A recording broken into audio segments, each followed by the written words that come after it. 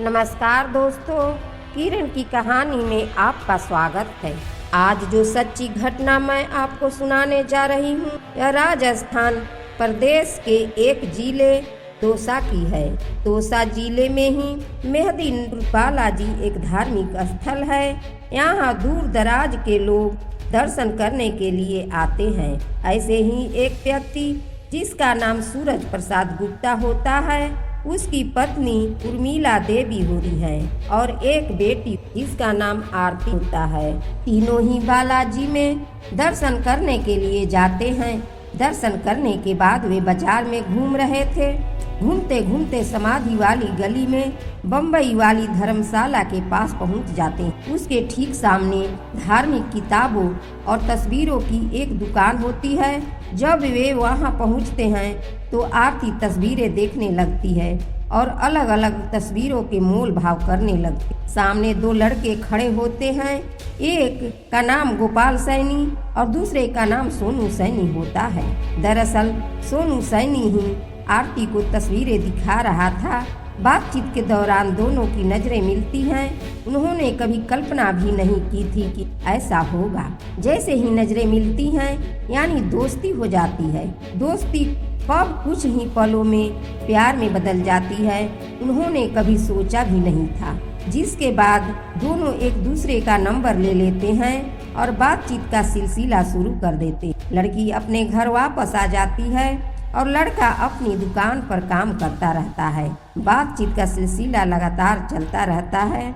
एक दिन दोनों ने फैसला किया कि क्यों न हम शादी कर लें, क्यों न अपना घर बसाएं। इसी हिसाब से देखते हुए लड़की एक दिन अचानक अपनी माँ और पिता को छोड़कर चुपचाप घर से निकल जाती है।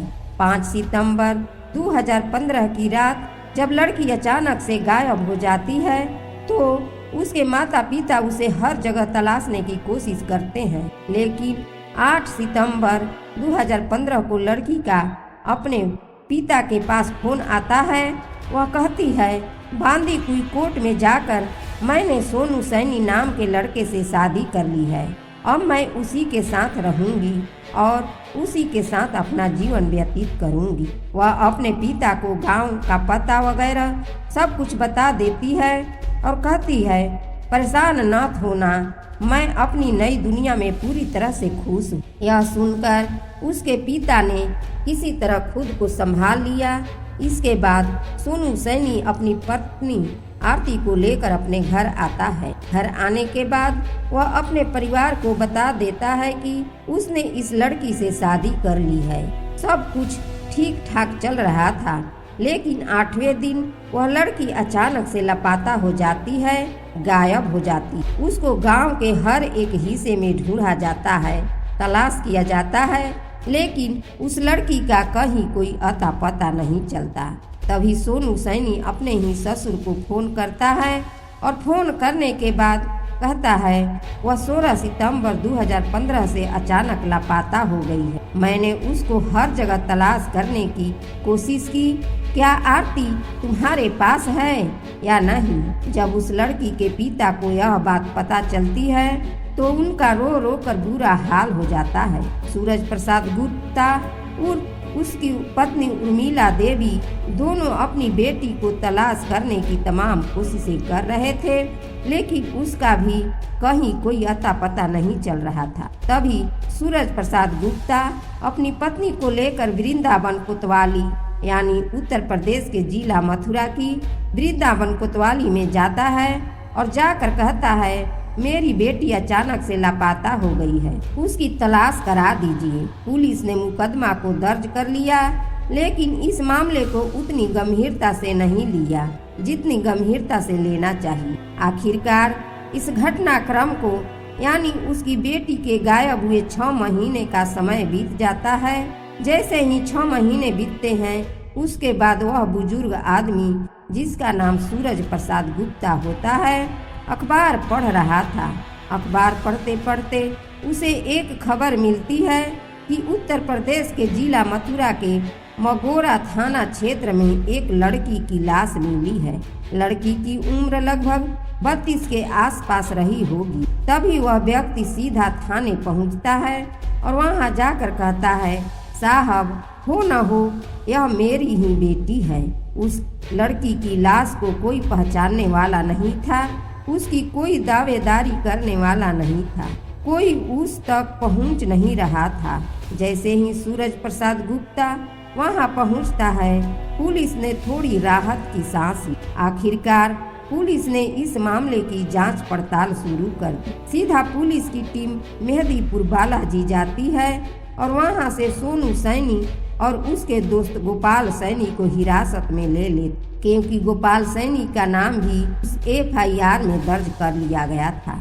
पुलिस ने जब इन दोनों को हिरासत में लिया तो उनसे पूछताछ शुरू की। तुमने इसे कैसे मारा, क्या वजह थी? शुरुआत में वे इधर उधर की बातें करने लगते हैं, लेकिन जब पुलिस अपने तरीके से पूछताछ करती है तब वे सच बताने लगते हैं। दरअसल उन दोनों लड़कों को एक कमरे में बंद कर दिया जाता है। उसके बाद सोनू के हाथ के नाखून उखाड़ दिए जाते हैं और उन्हें 3rd डिग्री दी जाती है। उन्हें उल्टा बांधकर बुरी तरह से पीटा जाता है। जब पुलिस वाले कहते हैं इनका एनकाउंटर कर देते हैं, तो बात एनकाउंटर तक पहुंचते ही वे अपना जुर्म कबूल कर लेते हैं। वे कहते हैं, साहब, हमने ही मारा है, वह आरती ही थी। पुलिस उन्हें गिरफ्तार करती है और जेल भेज देती। लगभग 9 महीने बीत जाते हैं। 9 महीने के बाद गोपाल सैनी की इलाहाबाद कोर्ट से जमानत हो जाती है, जबकि सोनू की जमानत में 18 महीने का समय लग जाता है। लेकिन जब दोनों अपने घर वापस लौटकर आते हैं तो घर की स्थितियां और परिस्थितियां पूरी तरह बदल चुकी होती हैं। दरअसल सोनू के 4 भाई और 1 बहन होती हैं। बाकी सभी की शादी हो चुकी थी, लेकिन सोनू जो सबसे छोटा था उसकी शादी सबसे आखिर में होने वाली थी। वही गोपाल सैनी के 5 भाई और 4 बहनें होती हैं। गोपाल का दूसरा नंबर था। दूसरे नंबर पर होने की वजह से उसकी भाई बहनों की शादी पीछे छूट जाती है। उसका खुद का रिश्ता तय हुआ था और जब उसे पुलिस ने गिरफ्तार किया तब उसकी बारात जाने में मात्र 14 दिन बचे थे, लेकिन उसकी गिरफ्तारी के कारण वह रिश्ता भी टूट जाता है। इसके बाद परिवार के सभी लोग उनसे नाता तोड़ लेते हैं। कोई भी उनसे बातचीत नहीं करता। समाज उनका बहिष्कार कर देता है और वे बिल्कुल अलग थलग पड़ जाते हैं। जहाँ भी वे काम करते थे वह काम भी छूट जाता है और वे जहाँ भी जाते थे वहाँ मायूसी ही हाथ लगती थी। आखिरकार करे तो क्या करे। वह धीरे धीरे समय बीतने लगता है और घटनाक्रम को लगभग 7 साल का समय बीत जाता है। दिसंबर 2022 की बात है। एक दिन वे दुकान पर काम कर रहे थे, तभी एक लड़का आता है और गोपाल सैनी और सोनू सैनी से कहता है, यार, मुझे लगता है कि विशाला गांव में एक महिला है जो उत्तर प्रदेश के उरई जालौन की रहने वाली है। हो न हो वह तुम्हारी पत्नी जैसी दिखाई देती। जैसे ही गोपाल ने यह बात सुनी, उसने अपने दोस्त सोनू से कहा, हमें चलकर देखना चाहिए। लेकिन सवाल यह था कि जाएं तो कैसे, घर में घुसे तो कैसे। इसलिए उन्होंने एक प्लान बनाया कि अगर हमें उस महिला के बारे में पता करना है तो कुछ नया करना होगा। उन्होंने ऊंट के खरीदार बनकर उस गांव में जाने का फैसला किया। विशाला गांव में जाने के बाद एक व्यक्ति के पास जाते हैं और कहते हैं, भाई साहब, हमें ऊंट खरीदना है। तो ऊंट दिखाने की वजह में महज 50,000 दे देते हैं। लेकिन यहाँ से उस लड़की यानी आरती का कोई अता पता नहीं चलता। अब ऐसी स्थिति में उन्होंने ठेले का इंतजाम किया। ठेले पर सब्जियां लगाते हैं और सब्जी लगाने के बाद पूरे गांव में घूमते रहते हैं। उनका मुख्य मकसद था, जो घर बताया गया था कि यही आरती का घर है, इसी घर में आरती रहती है, उसी घर के इर्द गिर्द लगातार घूमते रहते थे। इस बात को उसकी पत्नी को पता चले हुए 7 साल का समय बीत जाता है। जब वे सब्जी का ठेला लगा रहे थे तो इत्तेफाक से आरती ही घर से निकल आती है। लेकिन जब आरती आती है तो वह उन दोनों को पहचान ही नहीं पाती, क्योंकि उन्होंने अपना रंग और रूप पूरी तरह से बदल लिया था। दाढ़ी बढ़ा लिए थे, भेष बदलकर जिस तरह से वे सब्जी बेच रहे थे, उसी दौरान सोनू की पत्नी आरती सब्जी का मोल भाव करने लगी। मोल भाव करते करते काफी देर हो जाती है। जब वह वहाँ से चली जाती है, तभी सोनू और गोपाल कहते हैं, यह तो सचमुच वही आरती है जिसकी मौत के इल्जाम में हम लोग जेल जा चुके। तभी वे दोनों सीधा मेहदीपुर बालाजी पुलिस स्टेशन जाते हैं। वहाँ के SHO से बातचीत करते हैं और SHO साहब अजीत भट्सरा से कहते हैं, साहब मेरी पत्नी फला गांव में जीवित है। देखिए, हम उसके लिए मैंने तो 18 महीने और मेरा दोस्त 9 महीने के आसपास जेल में रहा है। हम पर केस चल रहा है। हम लोग रोज तारीखों पर जाते हैं। हम लोग बहुत परेशान हो चुके हैं। आप हमारी मदद कर दीजिए। पुलिस ने जब यह कहानी सुनी तो उन्हें लग रहा था कि जैसे ये लोग मजाक कर रहे हैं। वे कहते हैं, बिना सबूतों के हम बात नहीं करते। अब ऐसी स्थिति में जब उन्हें यह तो पता चल ही चुका था कि वह महिला आरती है, लेकिन आगे कैसे पुष्टि करें, इसके लिए उनके दिमाग में एक ख्याल आया। वे ई मित्र बनकर जाते हैं, यानी कि सरकारी कर्मचारी बनकर। उनके हाथों में रजिस्टर होते हैं। रजिस्टर लेकर वे उसी घर पर जाते हैं। वहां पहुंचकर घर के सदस्य को आवाज लगाते हैं। वे कहते हैं, हम सरकारी विभाग से आए हैं।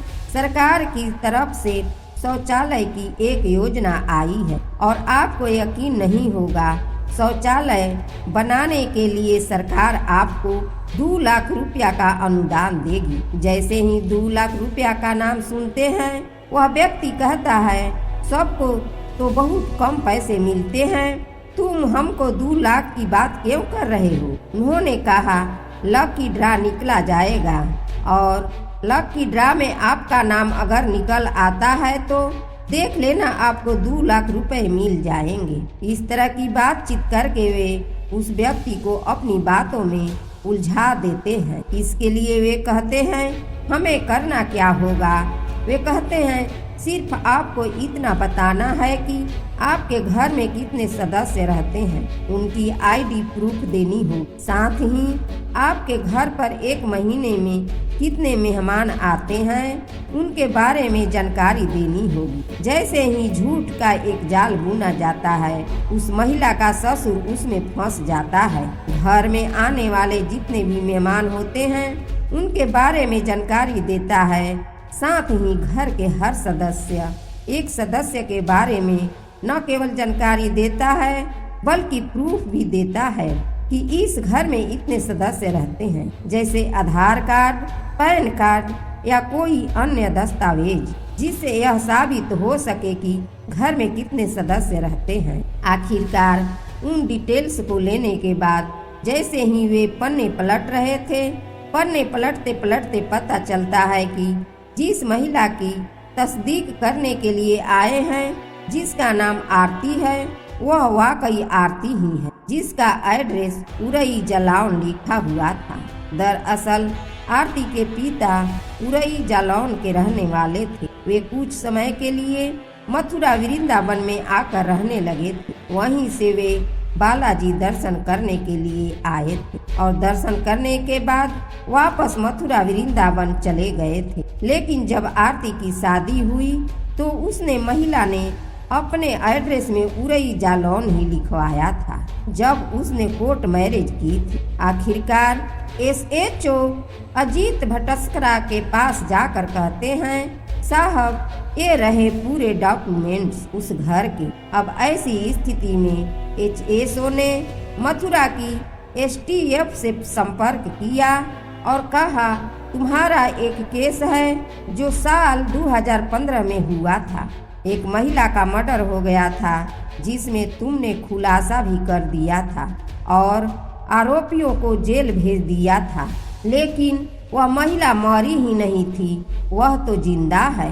पुलिस जब यह बात सुनती है तो उन्हें यकीन नहीं होता। एक टीम वहां जाती है, उस घर में दबिश दी जाती है और जब महिला को उठाया जाता है तो उसे गिरफ्तार करके ले आते हैं। उससे पूछा जाता है कि क्या कहानी है।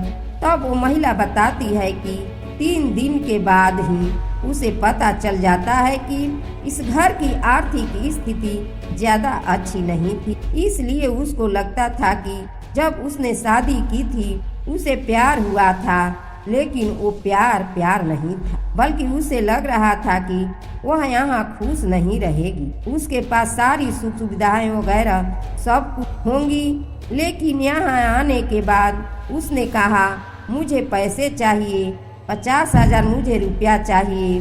तो इस तरह से वह लगातार सोनू से डिमांड कर रही थी, लेकिन सोनू वह डिमांड पूरी नहीं कर पा रहा था। इसी बात को देखते हुए वह अचानक से घर से लापता हो जाती है, रफ्फू चक्कर हो जाती है। कुछ दिनों के बाद यानी कि कुछ महीनों के बाद वह संपर्क करती है अपने पिता से और कहती है मैंने वह घर छोड़ दिया है, लेकिन मैंने दूसरी शादी कर ली। इस बात को 7-8 महीने से ज्यादा का समय बीत जाता है जब उसने अपने पिता से संपर्क किया था, लेकिन उसका पिता फिर भी मथुरा की पुलिस से संपर्क नहीं करता और अपनी बेटी की हत्या के इल्जाम में अपने ही पहले पति को जेल भिजवा देती। इसके बाद भी वह अपनी बेटी से संपर्क में था। जब पुलिस ने इस मामले की जांच पड़ताल की तो जब यह घटनाक्रम लोगों तक पहुंचा तो लोगों को यकीन नहीं हो रहा था। मीडिया वाले ने उन दोनों लड़कों सोनू और गोपाल से पूछा, आखिरकार जब तुमने कत्ल किया ही नहीं था तो फिर यह सारा इल्जाम अपने ऊपर क्यों ले लिया। उन्होंने बताया कि जब पुलिस ने उन्हें 3rd डिग्री दी थी, बहुत बुरी तरह से मारा पीटा था, बांधकर उल्टा लटका दिया था, हाथ के नाखून तक उखाड़ लिए थे। तब सोनू बहुत डर गया था एनकाउंटर के डर से और आगे ज्यादा पिटाई न हो, इसलिए उसने जुर्म कबूल कर लिया था। उसने कहा हाँ हमने मारा है। इस तरह से एक मनगढ़ंत कहानी दी गई। जब यह कहानी बन गई तो गोपाल भी उसकी हाँ में हाँ मिलानी पड़ी। इसी वजह से उन्हें न केवल अपने परिवार में बदनामी झेलनी पड़ी बल्कि समाज से बहिष्कार भी सहना पड़ा। गोपाल के भाई बहनों की शादियां रुक गईं और उनके सारे कामकाज ठप हो गए। उनके परिवार वाले 20 लाख से ज्यादा के कर्जे में आ गए। इस तरह की परेशानियां और दिक्कतें हुई। जब आरती से पूछा गया अगर तुमने अपनी मर्जी से दूसरी शादी कर ली थी तब तुमने संपर्क क्यों नहीं किया, तुमने क्यों नहीं बताया कि तुम्हारी वजह से 2 लोगों की जिंदगी बर्बाद हो चुकी, उनके परिवार बर्बाद हो चुके। तो आरती ने अपने जवाब में कहा मैं अपनी दूसरी शादी के बाद अपने पति के साथ बहुत खुश। अगर मैं बताती कि मेरा पहला पति जेल में है तो शायद मेरी दूसरी शादी भी टूट जाती, इसलिए वह पूरी तरह से खामोश रही और यही खामोशी 2 लोगों की जिंदगी बर्बाद करने की वजह बनी। जब यह घटनाक्रम लोगों के सामने आया और अखबारों में प्रकाशित हुआ तो लोगों को यकीन नहीं हो रहा था, लेकिन लोगों को इस बात का भी यकीन नहीं हो रहा था कि सोनू और गोपाल ने जिस तरह से दिमाग से काम लिया और अपनी जिंदगी बचाई वह वाकई काबिले तारीफ था। पुलिस की जितनी निंदा की जाए इस पूरी घटना में उतनी ही कम होगी। दोस्तों, इस पूरे घटनाक्रम को सुनाने का उद्देश्य किसी को परेशान करना नहीं है, किसी का दिल दुखाना नहीं है, बल्कि आपको जागरूक करना है, आपको सचेत करना है। अगर सोनू और गोपाल की तरह लोग हिम्मत जुटाए तो शायद बड़ी से बड़ी समस्याओं का सामना कर सकते हैं। इन दोनों दोस्तों को वाकई सलाम बनता है, नमस्कार बनता है, जिस तरह से उन्होंने अपनी आगे की जिंदगी बचा ली। आप लोग सब लोग अपना ख्याल रखें, सुरक्षित रहें। जय हिंद, जय भारत।